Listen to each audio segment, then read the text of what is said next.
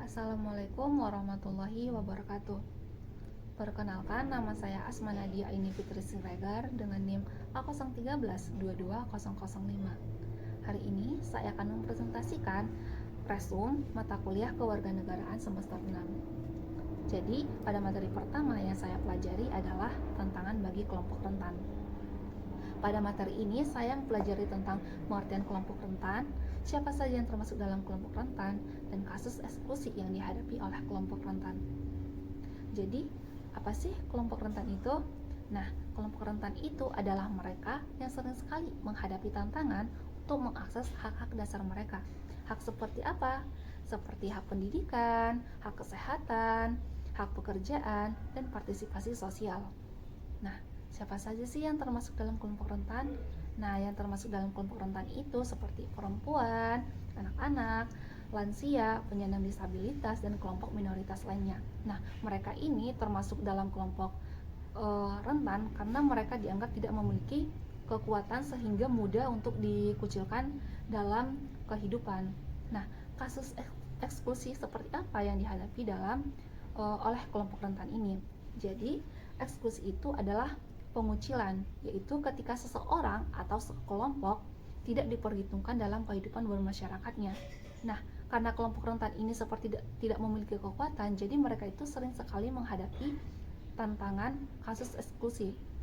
Contoh kasusnya itu seperti diskriminasi pendidikan, layanan kesehatan yang tidak baik, perlindungan hukum, partisipasi sosial, pekerjaan, dan ekonomi.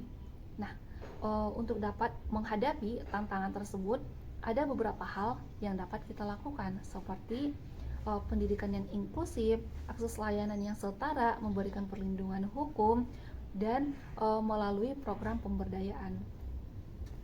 Kemudian, pada materi kedua, saya mempelajari tentang merancang kampanye sosial yang inklusif dan transformasional.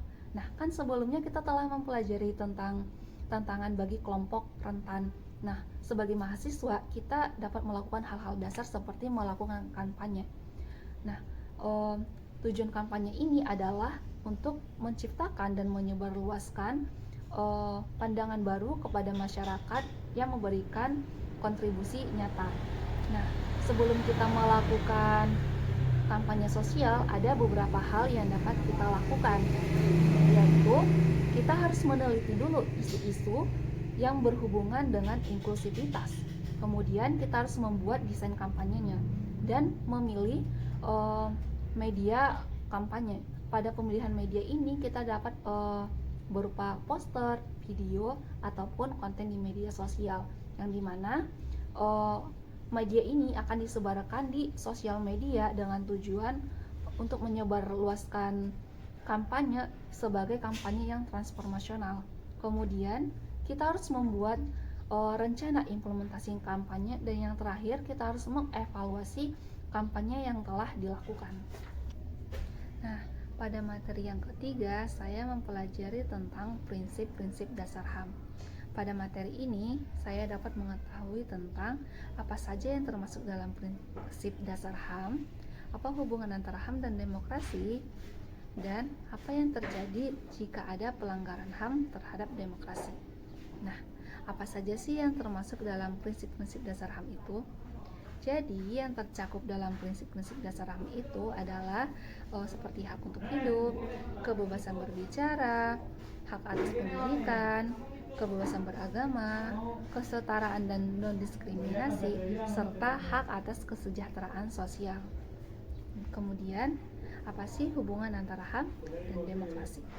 Jadi, HAM dan demokrasi itu sangat berhubungan erat.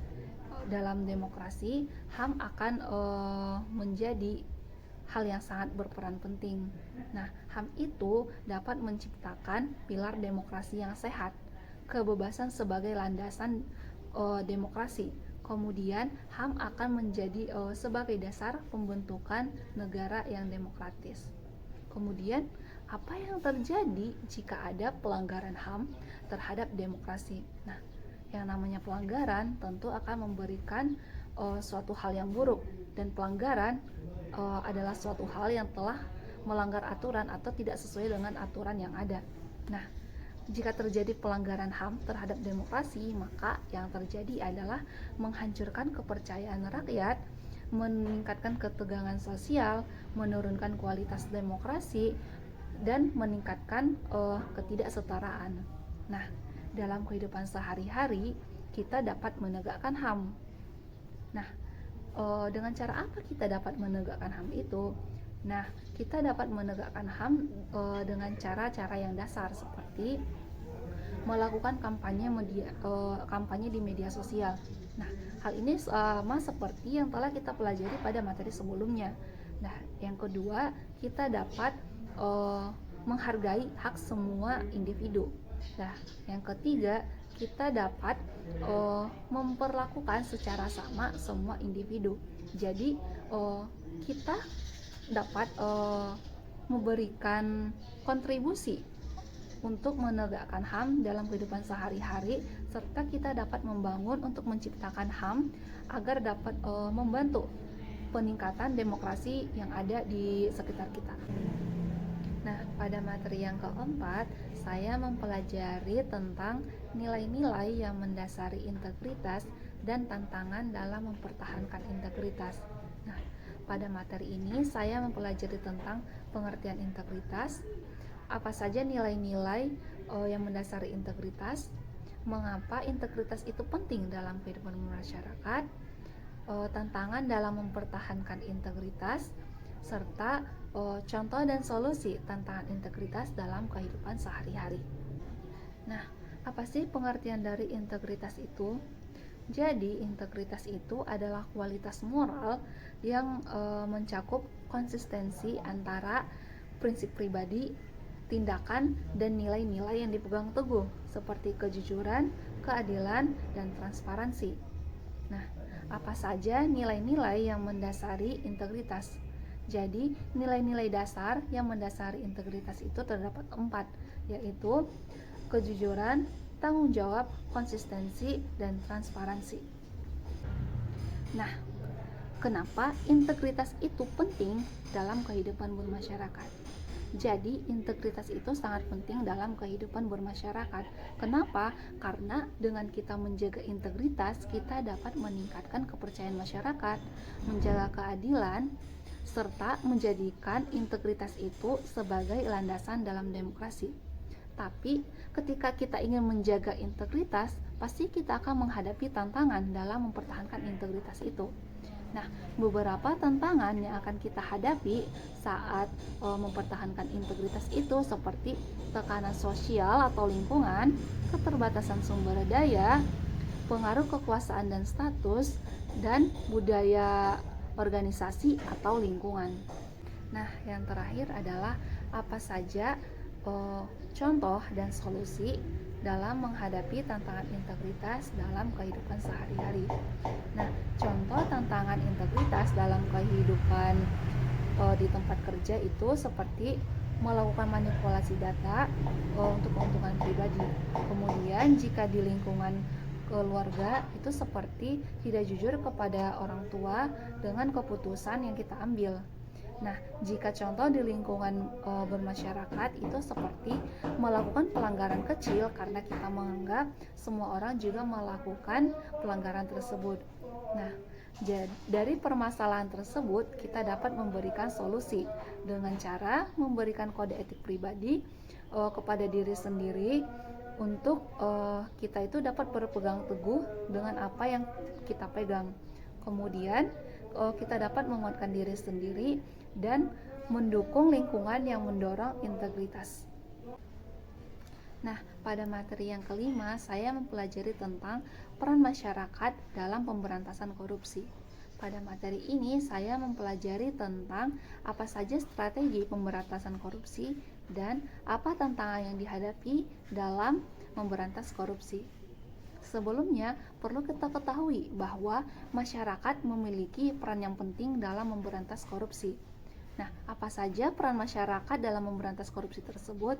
Yaitu seperti pengawasan terhadap penyelenggara negara, pelaporan dugaan tindak pidana korupsi, pendidikan dan kampanye anti korupsi di lingkungan sekitar, serta mendorong akuntabilitas dan transparansi di berbagai sektor. Apa saja strategi yang dapat kita lakukan untuk mencegah korupsi? Jadi, untuk mencegah korupsi, kita dapat melakukan beberapa strategi, yaitu dengan pencegahan, penindakan, dan kolaborasi. Dengan pencegahan, kita dapat melakukannya dengan sosialisasi, edukasi, dan membangun budaya anti korupsi. Kemudian, dengan penindakan, kita dapat melakukannya dengan melaporkan atas dugaan kasus korupsi serta membantu penegakan hukum. Dan kolaborasi dapat kita lakukan dengan kerjasama antara pemerintah, masyarakat, dan lembaga swadaya masyarakat. Nah, dalam mencegah korupsi ini, kita pasti akan menghadapi tantangan. Tantangannya itu dapat berupa budaya permisif terhadap kasus korupsi, lemahnya perlindungan hukum bagi pelapor, serta lemahnya birokrasi dan lemahnya penegakan hukum. Nah, pada materi yang keenam, saya mempelajari tentang ketahanan nasional. Pada materi ini, saya mempelajari tentang pengertian ketahanan nasional, asas-asas ketahanan nasional, unsur dan indikator ketahanan nasional, faktor-faktor yang mempengaruhi ketahanan nasional, dan tantangan ketahanan nasional di era globalisasi. Apa itu pengertian ketahanan nasional? Ketahanan nasional adalah kondisi dinamis suatu bangsa yang berisi keuletan dan ketangguhan yang mengandung kemampuan mengembangkan kekuatan nasional yang dapat menghadapi dan mengatasi segala bentuk ancaman, tantangan, hambatan, dan rintangan baik yang berasal dari dalam maupun dari luar negeri. Apa saja asas-asas ketahanan nasional? Nah, ketahanan nasional didasarkan pada asas keseimbangan, keserasian, dan keselarasan kehidupan nasional.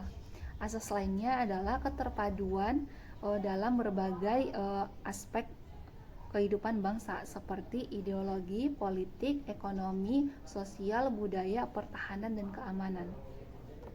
Nah, selanjutnya apa saja unsur dan indikator ketahanan nasional? Unsur ketahanan nasional didasarkan kepada ideologi, politik, ekonomi, sosial, budaya, pertahanan, dan keamanan. Sedangkan indikator ketahanan nasional didasarkan kepada stabilitas politik, pertumbuhan ekonomi, integrasi sosial, dan kesiapsiagaan pertahanan. Nah, selanjutnya adalah apa saja faktor-faktor yang mempengaruhi ketahanan nasional. Faktor-faktor yang mempengaruhi ketahanan nasional terdiri menjadi dua, yaitu faktor internal dan faktor eksternal. Faktor internal terdiri dari persatuan dan kesatuan bangsa, kualitas sumber daya manusia, sistem pemerintahan, dan kemajuan teknologi. Sedangkan faktor eksternal terdiri dari globalisasi, perkembangan geopolitik internasional, serta ancaman dari luar baik militer maupun non-militer. Terus, apa saja tantangan ketahanan nasional di era globalisasi? Di era yang serba maju seperti sekarang ini, banyak sekali terjadi tantangan dan rintangan yang harus dihadapi untuk menjaga ketahanan nasional. Ancaman non-tradisionalisme seperti radikalisme, terorisme, bencana alam, narkoba, dan korupsi yang sudah semakin marak terjadi di lingkungan sekitar kita. Tentu saja hal ini dapat menggerus ketahanan nasional. Dalam konteks globalisasi, tantangan yang dihadapi berupa perubahan yang mempengaruhi budaya, ekonomi, dan politik nasional. Sebagai mahasiswa yang menjadi agen perubahan, sudah sepatutnya mahasiswa dapat menjaga dan memperkuat ketahanan nasional dengan penguatan karakter, wawasan kebangsaan, dan berpartisipasi aktif dalam kehidupan berbangsa dan bernegara. Selama mempelajari materi kuliah kewarganegaraan, saya mempelajari banyak hal seperti inklusi, HAM, integrasi sosial, peran masyarakat, dan ketahanan nasional. Sebagai seorang mahasiswa, materi ini menginginkan saya untuk dapat menjaga, membangun, dan menegakkan hal-hal yang belum sesuai dengan inklusi, HAM, dan ketahanan nasional. Tugas yang diberikan juga membuat saya membaca berita yang sebelumnya belum pernah saya baca. Dari membaca berita tersebut, saya jadi mengetahui bahwa sebenarnya masih banyak terjadi hal-hal yang tidak sesuai dengan HAM ataupun inklusi, serta hal-hal yang dapat mengganggu integritas sosial serta ketahanan nasional. Nah, tugas dan materi yang diberikan juga memberikan saya tentang kesadaran berbangsa dan bernegara, terutama dalam konteks menegakkan kewarganegaraan dalam kehidupan sehari-hari.